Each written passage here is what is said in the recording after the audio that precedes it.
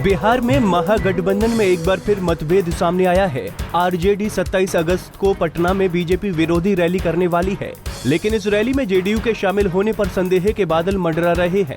JDU नेता श्याम रजक ने कहा कि उनकी पार्टी आरजेडी की विरोधी रैली में शामिल नहीं होगी।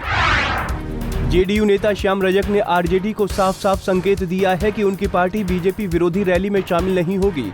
रजक ने कहा कि बीजेपी हटाओ देश बचाओ रैली आरजेडी की रैली है, महागठबंधन की नहीं। जनता दल यूनाइटेड कार्यकारिणी की बैठक में सीएम नीतीश कुमार ने शिरकत की। इस मौके पर उन्होंने कार्यकारिणी की बैठक को संबोधित किया। कुमार ने कहा कि संगठन ही कार्यकर्ताओं की पहचान है।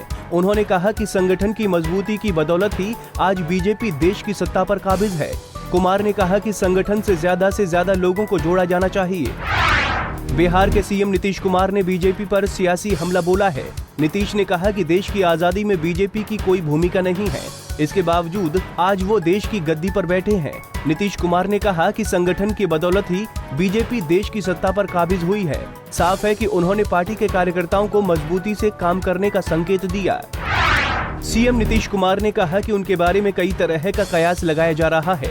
कुमार ने कहा कि कुछ लोग कहते हैं कि वो लालू यादव के दबाव में काम कर रहे हैं, तो कुछ कहते हैं कि बीजेपी के साथ चले जाएंगे। नीतीश कुमार ने इन तमाम कयासों को बकवास करार दिया। केंद्रीय मानव संसाधन विकास राज्य मंत्री उपेंद्र कुशवाहा ने नीतीश सरकार पर हमला बोला है। आक्रोश दिखाओ शिक्षा बचाओ सम्मेलन में शिरकत करते हुए कुशवाहा ने कहा कि बिहार में शिक्षा का लेवल गिरता जा रहा है। केंद्रीय कृषि मंत्री राधा मोहन सिंह ने जीएसटी लागू होने को आर्थिक सूर्योदय करार दिया।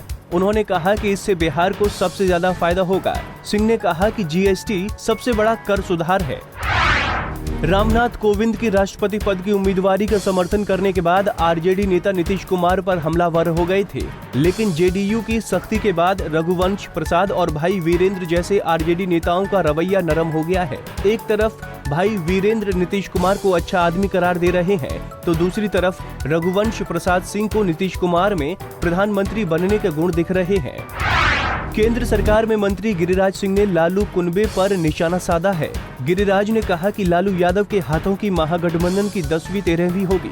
उन्होंने कहा कि लालू यादव अपने पूरे कुनबे के साथ जाकर सीएम नीतीश से माफी मांगे, क्योंकि नीतीश की वजह से ही लालू के दोनों बेटे मंत्री बन चुके हैं। जीएसटी लागू होने पर सांसद पप्पू यादव ने भी बयान जारी किया है। यादव ने कहा कि जीएसटी की तर्ज पर ही पूरे देश में एक समान शिक्षा, स्वास्थ्य और न्यायिक सिस्टम भी लागू की जाए।